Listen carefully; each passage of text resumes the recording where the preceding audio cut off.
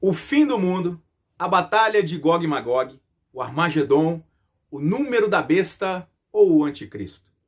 Até mesmo um ateu que não tem compromisso algum com a fé já ouviu falar desses temas. De tempos em tempos, sempre quando aumentam conflitos entre as nações ou a natureza se mostra desregulada de alguma forma, com tsunamis, terremotos, vulcões, sempre que essas coisas acontecem, esses temas se tornam os principais e mais procurados assuntos entre algumas pessoas. E com o alcance da internet, esses assuntos não são mais restritos às igrejas ou a seminários teológicos, mas são amplamente disseminados por qualquer um e para qualquer grupo.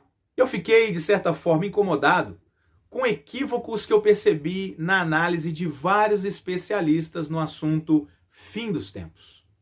Líderes religiosos, pastores, professores de teologia e até mesmo teólogos famosos que frequentemente são convidados pela grande mídia para dar a sua opinião sobre as profecias apocalípticas. E tem um texto bíblico que esses analistas adoram. Está lá em Mateus 24, que é quando Jesus fala sobre o fim dos tempos. Ele diz: aprendam a parábola da figueira. Quando seus ramos se tornam tenros e brotam as folhas, sabeis que está próximo o verão. Da mesma forma, quando vocês virem todas essas coisas acontecendo, saibam que ele, o Messias, se aproxima. E é de textos como esse que surgiu a expressão Israel é o relógio de Deus. E isso é uma verdade. Israel é sim o relógio de Deus. Mas tem um detalhe super importante, eu diria indispensável, para entender como funciona esse relógio. Sem observar esse detalhe, tudo o que nós compreendemos sobre o fim dos tempos, o Apocalipse, Anticristo e o retorno do Messias, pode não passar de crença pagã e misticismo sensacionalista. Veja só, Israel é o relógio de Deus. Daí muitos pastores, líderes e teólogos olham para esse relógio e não veem nada além de um misticismo hollywoodiano. Não veem nada mais do que um fim que se aproxima, onde haverá um governo mundial, onde o espírito do anticristo se revelará de vez, e daqui surgem as mais variadas crenças sobre o retorno do Messias. Pré-milenismo, pós-milenismo, arrebatamento secreto, dentre outras teorias. E, enquanto isso, a verdade bíblica vai se perdendo. E a pergunta é, por que isso acontece? Posso afirmar sem sombra de dúvidas que é por um único motivo. A visão sobre Israel foi alterada. Toda a Bíblia mostra o plano de Deus, desde a criação do mundo até a sua redenção completa e o domínio total do próprio Eterno através do reinado do Messias no fim dos tempos. E todo esse plano, todo esse projeto, essa história, tem um começo, um desenvolvimento e uma conclusão. E Israel é o centro do início ao fim das profecias bíblicas. Uma vez que Israel é tirado do seu papel e substituído por qualquer outra coisa, outra nação, ou até mesmo pela igreja, que é intitulada como o Israel espiritual na teologia da substituição, os ponteiros desse relógio não serão mais compreendidos. O tema que nós estamos tratando aqui hoje é o principal tema para os nossos dias, porque é a partir desse entendimento que nós vamos ter o ensino correto da salvação. Recentemente, um rabino messiânico chamado Yosef Shulam disse em uma de suas palestras: se nós tivermos a fé em um Messias que não é o Messias de Israel, que não é o Messias da linhagem de Davi, que não é o Messias que tem um Deus e Pai, que não é um Messias que ama e pratica a lei do Eterno, que não é um Messias judeu, nós não passamos de idólatras pagãos e somos iguais a qualquer outra religião hinduísta, politeísta ou humanista. Ou seja, pessoal, se a nossa visão não estiver correta, se a nossa fé não for no Messias bíblico, todo o mais que fizermos, o nosso empenho nas igrejas, a nossa caridade, as doações, nossas orações, nossos cultos, não passarão de uma abominação diante de Deus. Há pelo menos 1.700 anos, nós temos sido ensinados a olhar para o relógio de Deus de uma maneira errada. Quando os chamados pais da igreja cristã substituíram Israel, que é a nação eleita pelo Eterno para o cumprimento de todas as profecias, os ponteiros do relógio se alteraram. A teologia da substituição abandonou a verdade bíblica e a substituiu por uma teologia criada por homens. Uma teologia antissemita, enganosa e infrutífera, que levará muitos cristãos sinceros para a morte eterna. Como é que isso é possível? Meu irmão, isso é óbvio. Se a salvação está em um só Deus, um só caminho e um só Salvador, qualquer outra teologia que substitua esse plano de salvação nos levará à morte. E eu sei que esse é um muro muito forte, muito alto que nós precisamos derrubar. Porque os homens que o construíram fizeram discípulos. E esses discípulos se tornaram famosos e são hoje os grandes teólogos e doutores da nossa época. Homens respeitados no mundo acadêmico, ícones do ensino religioso no mundo inteiro, palestrantes e doutores em Bíblia. Mas eles só estão replicando o erro da igreja romana ao substituir Israel como povo de Deus. E aqui tem um ponto interessante. O misticismo prende a atenção das pessoas.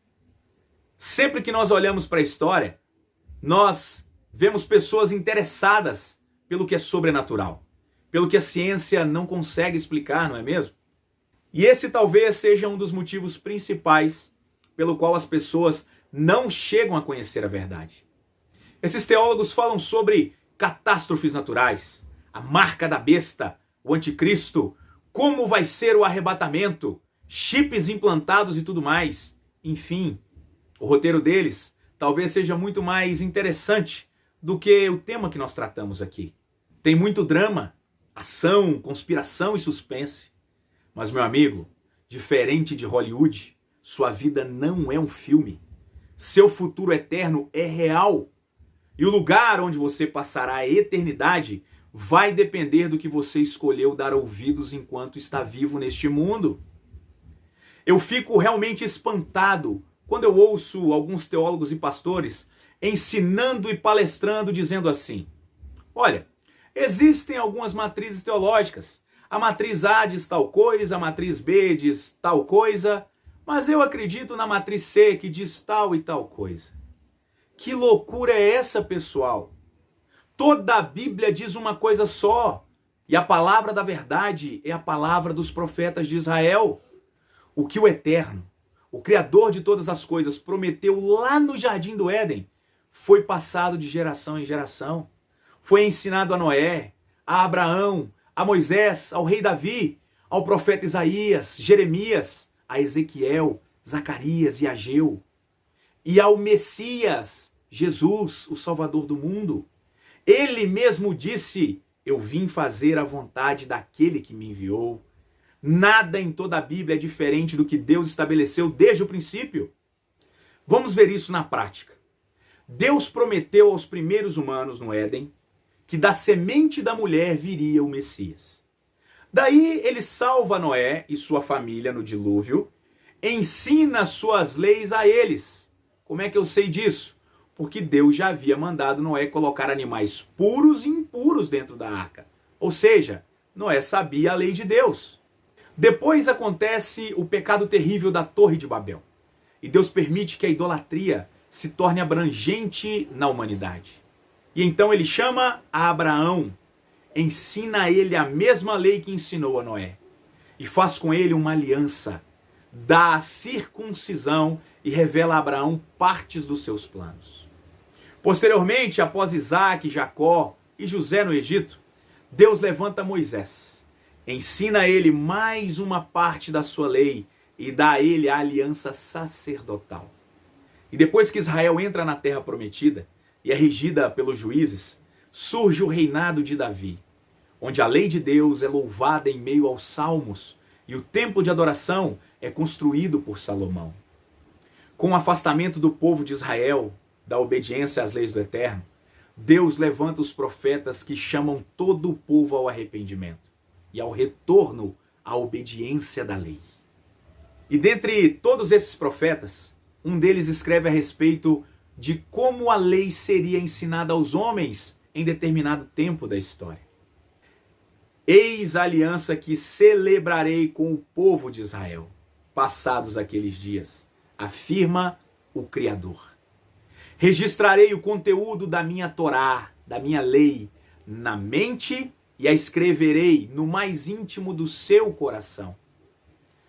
Assim, serei de fato o Deus deles e eles serão o meu povo para sempre.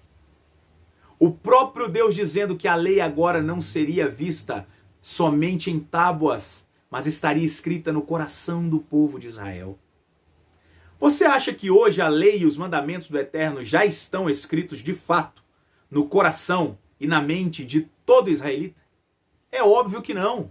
Apesar do mover do Espírito de Deus, que aconteceu nos últimos 50 anos, retirando o véu de vários israelitas a respeito do Messias e fazendo com que eles entendessem que ele já veio e que propiciou salvação para os que estavam perto, Israel, e para os que estavam longe, os gentios. Apesar de muitos israelitas já crerem no Filho de Deus, vários deles ainda estão com o véu nos olhos.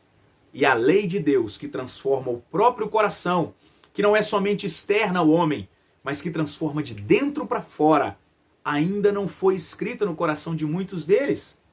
Então essa profecia não se cumpriu por completo. Ela é para o futuro. Deus ainda tem Israel como seu alvo de restauração. E por outro lado, você acha que os cristãos têm a lei de Deus escrita no coração? A maioria dos cristãos hoje odeiam a lei de Deus. Se você é convidado para pregar em uma igreja e o tema da sua pregação for obediência à lei de Deus, provavelmente alguém te interromperá. E se te escutarem até o final, tenha certeza que nunca mais você vai ser chamado para pregar lá de novo. Essa profecia de Jeremias é para um tempo futuro. Ela ainda não aconteceu na plenitude. Nesse exato momento, eu e você estamos recebendo parte do cumprimento dessa profecia. Você está recebendo um conhecimento que provavelmente nunca ouviu na sua igreja. Isso é a lei de Deus sendo semeada no seu coração. Vamos ver uma outra profecia para que você entenda a necessidade de devolver a Israel o seu papel bíblico. De Sião sairá a lei, e a palavra do Eterno de Jerusalém. Essa é uma das profecias mais importantes que o profeta Isaías proferiu. Ela se refere ao reinado do Messias, ou seja, após a sua volta, onde todas as coisas estarão restauradas, onde até mesmo a natureza será renovada, e de Sião, de Jerusalém, sairá a palavra do Eterno. É de lá que virá todo o ensino para as nações. E qualquer um que saiba ler, não precisa ser especialista em nada, só precisa saber ler. Consegue entender dois aspectos aqui. O primeiro é que Israel não deixou de ser o povo escolhido de Deus para levar o ensino das leis do Eterno às nações. E o segundo é que a lei de Deus não foi abolida, como ensinam alguns teólogos da atualidade. De Sião, de Jerusalém sairá a lei, e a palavra do Eterno virá de lá. Veja essa outra aqui. E isso aqui é uma afirmação do próprio Deus. Enquanto existirem o firmamento, céus, estrelas, a lua e o sol, Israel será uma nação diante de mim. Dá uma olhadinha aí. Você está vendo o sol lá fora? A lua ainda está lá? As estrelas, se ainda estiverem lá, saiba que a promessa de Deus para Israel não mudou. Israel será restaurado e de Sião sairá a lei, a Torá do Eterno de Jerusalém. Mas aí alguém pode estar dizendo: ah, Daniel, você só está citando textos do Primeiro Testamento. É mesmo? Então vamos lá para o segundo. Vamos para a Nova Aliança, o Novo Testamento. O Rabino Shaul, que é o apóstolo Paulo, o apóstolo dos gentios, nos afirma no capítulo 11 da Carta aos Romanos que todos aqueles que não são filhos de Abraão por descendência sanguínea só podem ser participantes do reino de Deus se tornarem filhos de Abraão pela fé no Messias. Paulo dá um exemplo de uma árvore que teve alguns galhos cortados. E nessa árvore foi enxertado um espinheiro. E que por causa da seiva dessa árvore e do enxerto que foi feito ali, esse espinheiro passou a ser parte da árvore.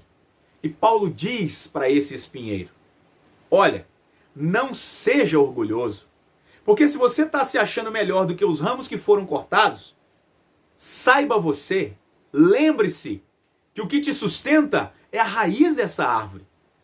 E se você, sendo espinheiro, foi enxertado e está produzindo frutos, mais fácil ainda será que esses ramos que foram cortados, os ramos naturais, sejam reenxertados na sua própria árvore.